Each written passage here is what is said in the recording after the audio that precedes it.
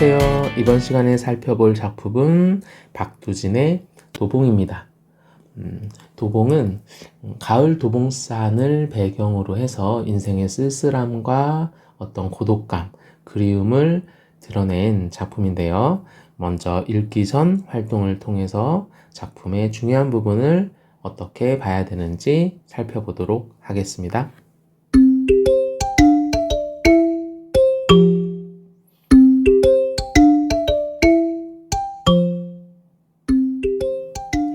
네, 도봉이라는 작품을 먼저 감상하시기 전에 시적 화자의 정서라든지 태도의 변화에 대해서 한번 생각해 보면서 작품을 읽어보면 좋은데요. 자, 시적 화자의 정서를 드러내는 자연물이 굉장히 많이 나올 거고요. 그 다음에 어떤 시간에 어떤 공간에서 시적 화자의 정서를 잘 드러내고 있는지를 한번 유심히 살펴보기 바랍니다. 그리고 시적 화자의 태도에 변화가 있을 거예요. 그래서 1년에서 2년, 3년, 4년으로 넘어가면서 시적 화자의 태도에 어떠한 변화가 있는지 그것도 한번 여러분들이 생각해 보시면서 작품을 먼저 읽어 보면 좋겠습니다.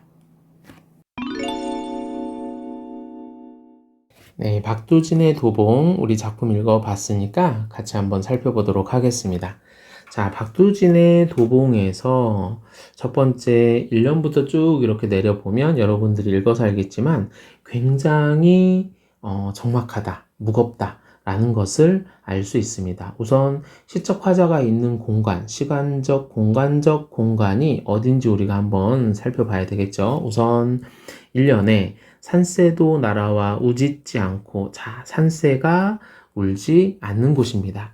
네, 그쵸? 쓸쓸함이 나타나죠. 그 다음에 구름도 떠가곤 오지 않는 곳입니다. 또 역시 쓸쓸함이 나타납니다. 그쵸? 산새도 없고 구름도 없는 곳이에요. 자연이 뭔가 있어야 될 것이 다 없습니다. 자, 그런 의미에서 우리가 본다면 시적 화자가 어떤 곳에 있는지 우리가 예측이 가능하죠. 굉장히 적막한 곳에 있구나라는 것을 우리가 알 수 있고요. 자, 그 다음에 3년에 보면 인적이 끊인 곳이고요. 홀로 앉은 가을산의 어스름이라고 해서 계절은 가을이라는 것을 알 수 있어요. 적막한 곳이고요.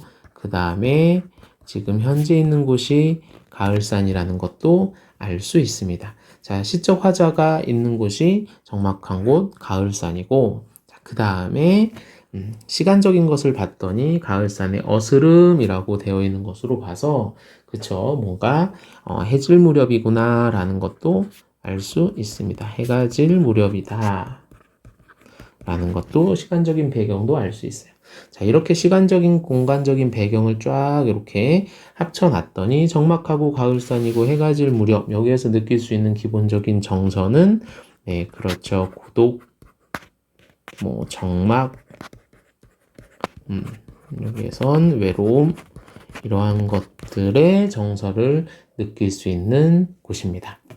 자, 이러한 곳에서 시적 화자가 호이호이 소리를 높여 누구도 없이 불러봅니다. 부르는 대상 없이 소리쳐 불러봐요.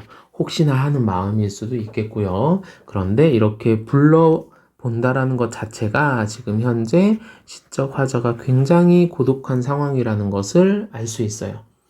부를 대상도 없는데 누군가를 부른다는 것은 굉장히 고독한 상황이다라는 것을 우리가 확인해 볼 수 있죠. 그래서 이러한 것들을 통해서 아무도 없는 어떤 공허함이라는 것도 우리가 느낄 수 있습니다.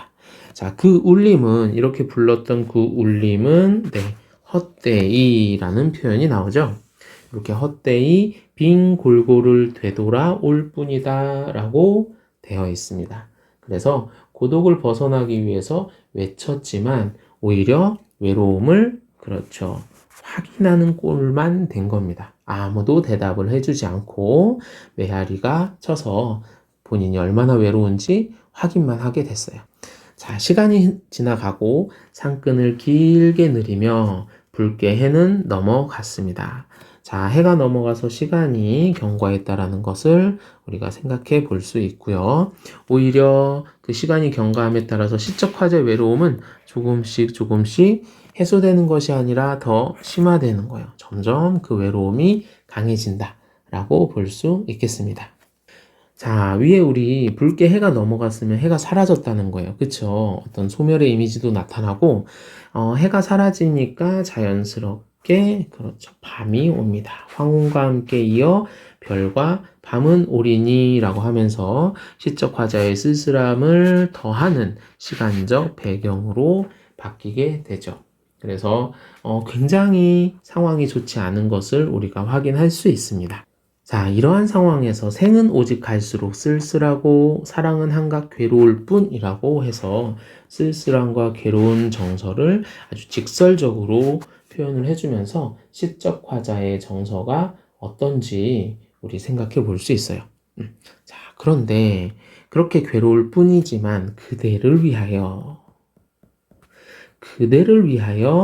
나는 이제도 이 긴 밤과 슬픔을 갔거니와 라는 표현을 합니다. 자, 여기에서도 슬픔이라고 하는 정서적 표현이 직설적으로 나타났는데 우리가 여기에서 생각해 볼 것은 무엇이냐면 그대를 위하여 이 긴 밤과 슬픔을 갖고 있겠다라는 것은 그렇죠. 그러면 이 긴 밤을 또는 이 슬픔을 견디게 해주는 사람은 그대라는 걸 알 수 있겠죠. 그쵸? 이 외로움과 그리움을 견디게 하는 대상이 그대이기 때문에 나는 이 상황을 버틸 수 있다라는 얘기를 합니다. 그래서 여기서 우리가 알 수 있는 건 그냥 단순히 외롭고 슬프고 고독하다라는 것이 아니라 이 사람 시적 화자, 그쵸? 이 시적 화자는 그대를 기다리고 있구나라는 것을 알 수 있어요. 자, 이 그대를 기다리고 있고 이 그대를 기다리고 있기 때문에 이 시가 마냥 부정적이진 않겠구나. 뭔가 그리워하고 뭔가 기대하는 부분이 있다라는 것을 우리가 예측할 수 있습니다. 그래서 맨 마지막에 이 밤을 그대는 나도 모르는 어느 마을에서 쉽니까? 라고 하면서 그대에 대한 화자의 간절한 그리움을 보여주고 있는데 이 그리움 안에는 우리가 무엇을 느낄 수 있냐면 그렇죠. 그대를 위해서 이 밤과 슬픔을 견딜 수 있다라고 하는 뭔가 긍정적인 기대감도 동시에 느낄 수 있다라는 거죠. 왜? 그대가 존재하기 때문에, 그대를 기다리고 있기 때문에. 자, 그러면 여기에서 시적 화자가 느끼고 있는 기본적인 정서는 아주 적막한 가을산에서 아주 고독하고 그 다음에 공허함을 느끼고 있어요. 그런데 굉장히 적막한 가을 산에서 동시에 모두 그렇죠. 그대도 기다리고 있는 거죠. 그대에 대한 뭐가 있어요? 기다림 또는 그리움이 있습니다. 그래서 이 그대 때문에 무엇을 밤과 슬픔을 뭐 할 수 있다라는 거예요? 견딜 수 있다라고 얘기하고 있는 겁니다. 되셨죠? 자, 그러면 여기서 우리가 한번 고민해 봐야 될 것은 뭐냐? 이 작품이 1940년대를 배경으로 하고 있다라고 한다면 1940년대 우리나라가 일제강점기 시대예요. 그때 시적 화자가 그대를 기다리고 있다. 그렇다면 이 그대는 시대적 배경을 집어넣었을 때 어떻게 볼 것이냐? 자, 이걸 우리가 생각해 볼 수 있죠. 그래서 여기에서 그대는 1940년대를 배경으로 했을 때 조국 광복, 독립을 일으켜낼 수 있는 사람이지 않을까라는 것을 알 수 있고요. 그렇다면 위로 올라가서 붉게 해는 넘어가서 밤이 왔지만 일제강점기라고 하는 부정적인 밤이 왔지만 그 밤과 동시에 별도 떠 있더라. 그러면 이 별은 그렇죠. 밤이긴 하지만 이 별은 어둠과 대비되는 존재이기 때문에 무언가 화자가 기대할 수 있는 여지가 있다라는 것을 별을 통해서 한번 우리가 생각해 볼 수 있습니다. 별이라고 하는 게 밤과 동시에 떴다라고 하는 건 그래도 시적 화자에게 무언가 기대하고 희망이라는 게 있지 않을까. 그 희망은 그렇죠. 우리가 여기서 살펴본 그대가 되겠구나 라고 정리해 볼 수 있습니다. 자, 그러면 표현법들을 중심으로 한번 쭉 정리를 해볼게요. 자, 이 도봉이라고 하는 작품은 자연물이 굉장히 많이 나오죠. 근데 자, 산새와 구름은 그렇죠. 가을산 쓸쓸한 시적 화자의 고독감을 더 잘 형상화하기 위해서 활용된 자연물이다 라고 생각을 할 수 있고요. 자, 그 다음에 우짖지 않고 라고 하는 부분에서 청각적 심상을 우리가 생각해 볼 수 있겠죠. 그쵸? 자, 그리고 밑으로 쭉 내려가시면 가을산이라고 하는 부분도 하나의 자연물인데 이 가을산이라고 하는 것은 시적 화자가 있는 시간적, 공간적 배경이 되기도 하고 가을산이라고 하는 건 기본적으로 그렇죠. 소멸하고 있는 이미지를 좀 가지고 있어요. 뭔가 사라지는 이미지.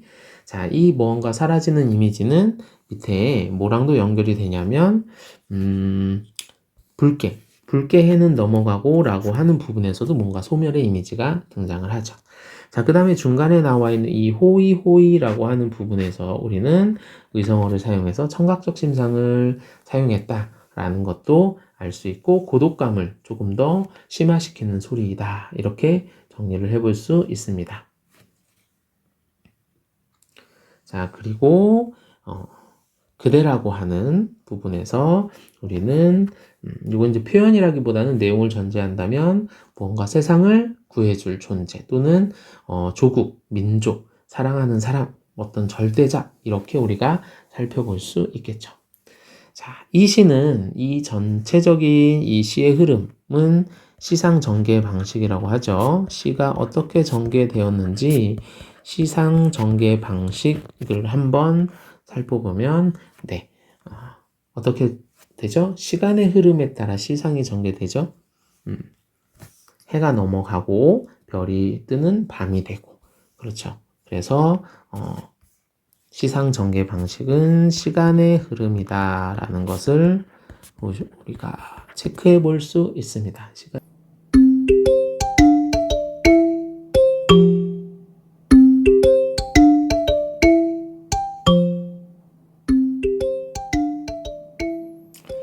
네, 지금까지 살펴본 박두진의 도봉을 같이 한번 정리해 보도록 하겠습니다.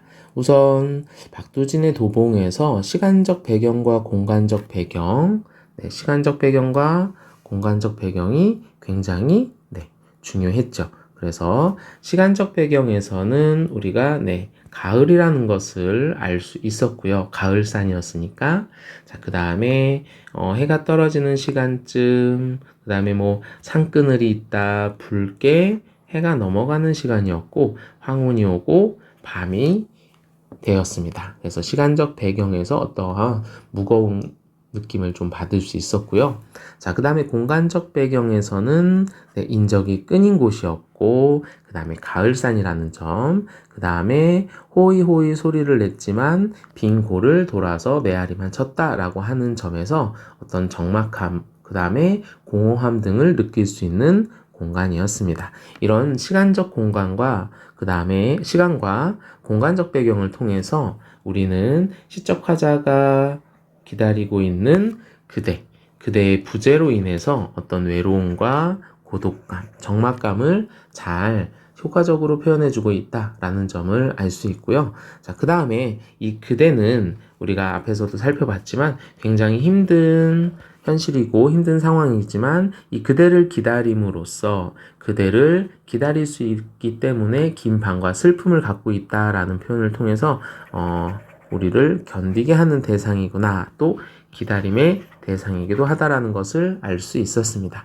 자, 그리고 이러한 도봉에서 느끼는, 가을산에서 느끼는 삶의 고독감과 외로움은 시대적 배경을 이렇게 집어넣었을 때, 자, 박두진 작가가 1940년 일제 강점기 시대에서 이런 사회 역사적 맥락을 고려해 본다면, 여기에서 말하는 그대가 어떠한 의미를 가질 수 있다라는 거, 일제강점기 시대에 창작된 작품이다라고 했을 때 여기에서 그대는 우리를 독립, 광복을 위해서 필요한 존재인 그대로 볼 수도 있겠다라는 것도 우리가 한번 고민해봐서 정리해 볼 수 있겠죠.